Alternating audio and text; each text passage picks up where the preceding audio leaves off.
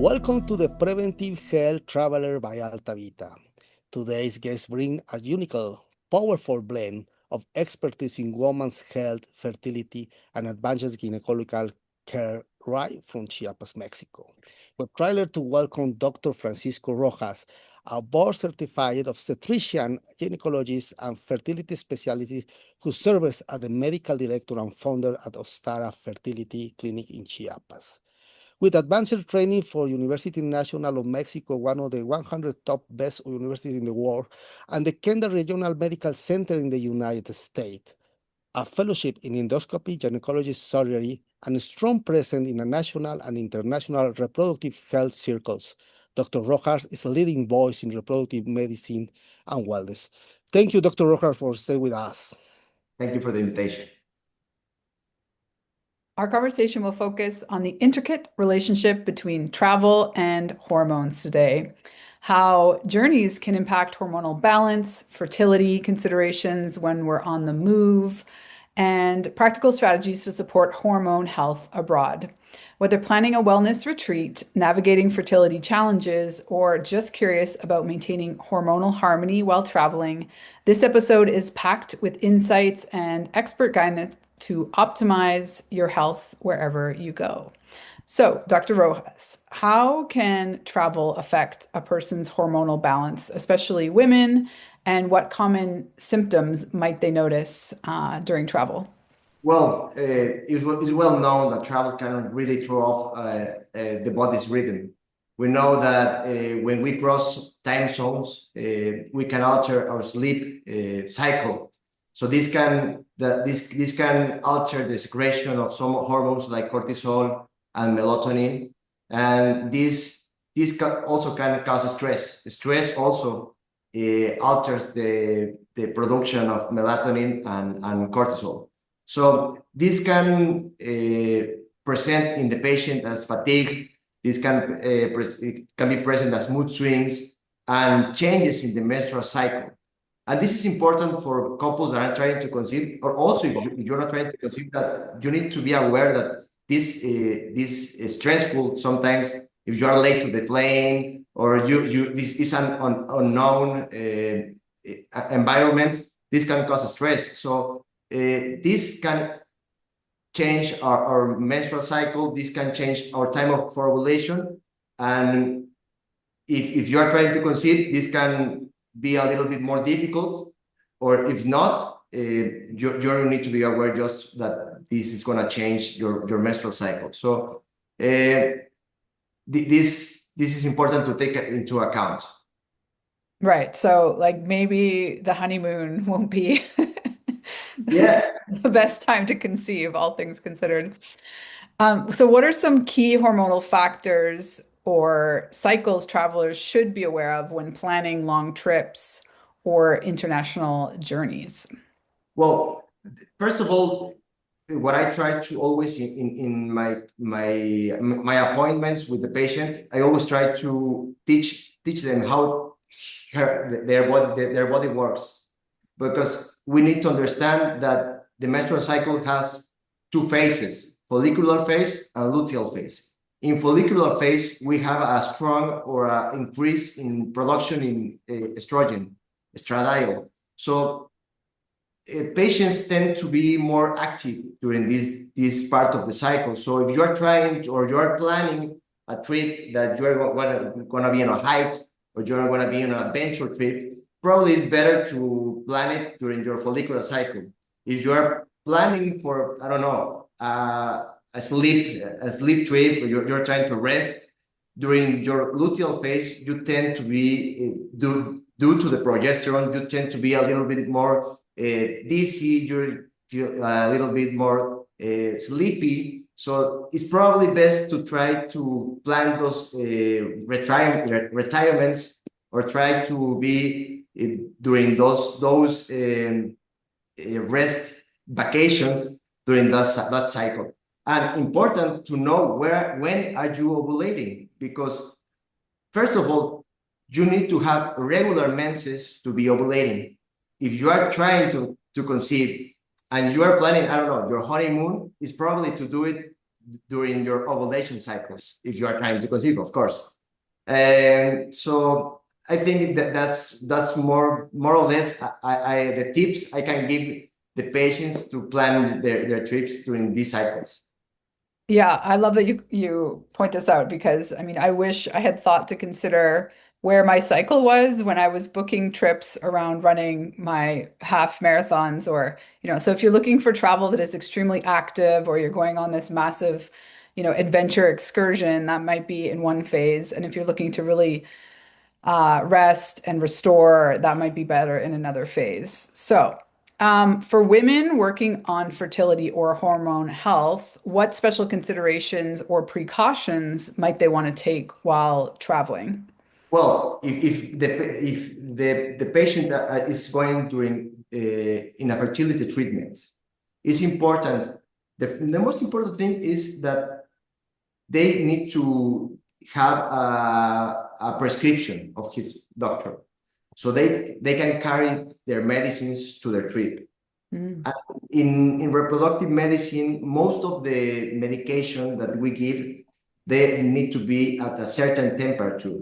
So it's important that they consider a cooler in the carry-on to bring those medicines. Also, the most important thing, one of the most important things is that in reproductive medicine, most of the time we work on a schedule. And if we miss the time of the medicine, probably the cycle is going to be lost. So if you are traveling in a different time zone, it's important to take that into account because probably it's not going to be the same hour that you are having those medicines in your place of vacation.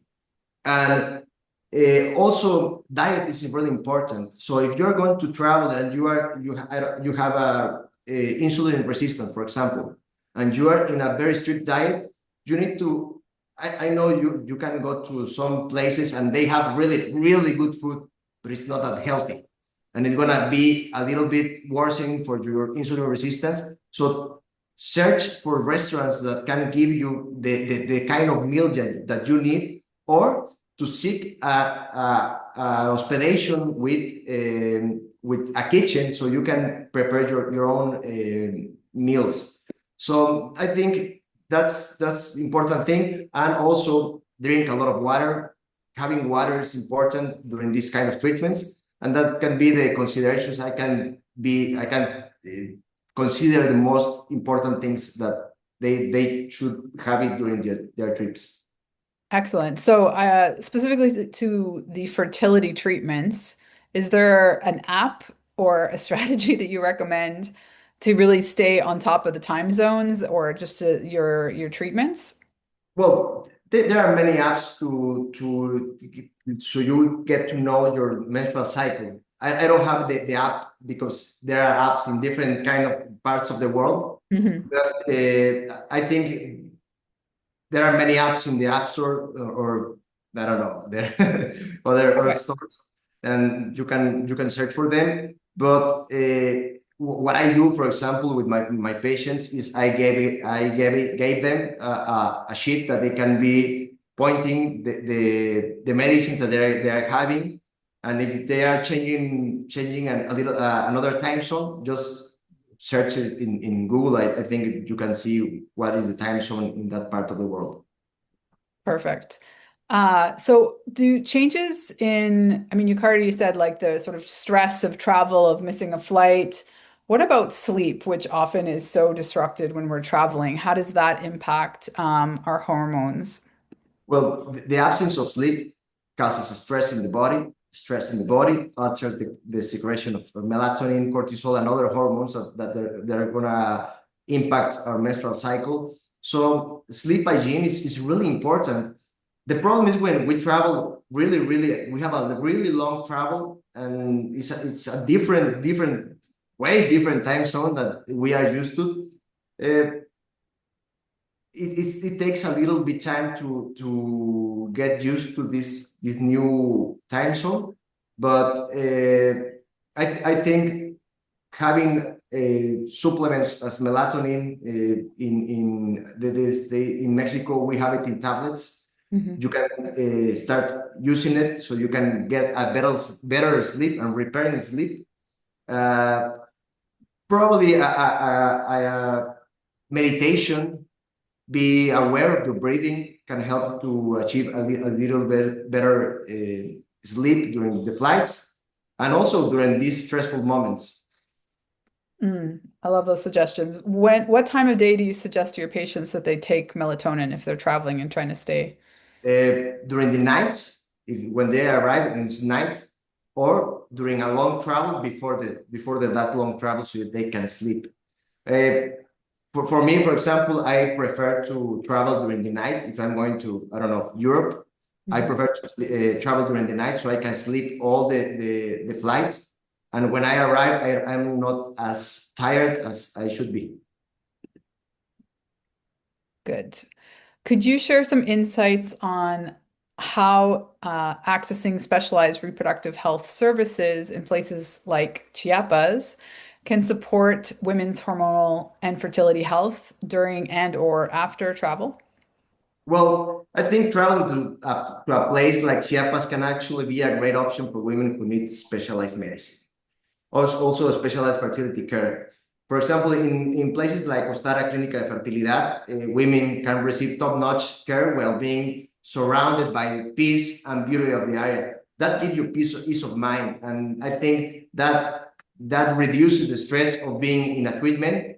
That reduces the stress of being in somewhere new that you don't know. I think enjoying nature, enjoying breathing. I always advise my patients to go to yoga, to go to Pilates. I don't know if it's safe in English, but everything that can help you to ease your mind during the travel, ease your mind during your treatment is going to help a lot to reduce the stress levels.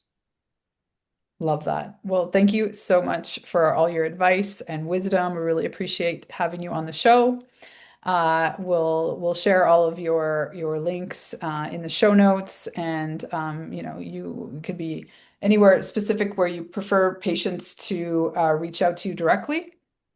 Yeah, sure. They can reach me out directly. I always enjoy to talk with my future patients to ask what are their needs, and I'm here to help. Beautiful. Anything you want to add? No, thank you very much for the invitation. It's a pleasure to be working with you, and I hope we can continue to work in the future. Thank you, Dr. Rojas, and see you soon.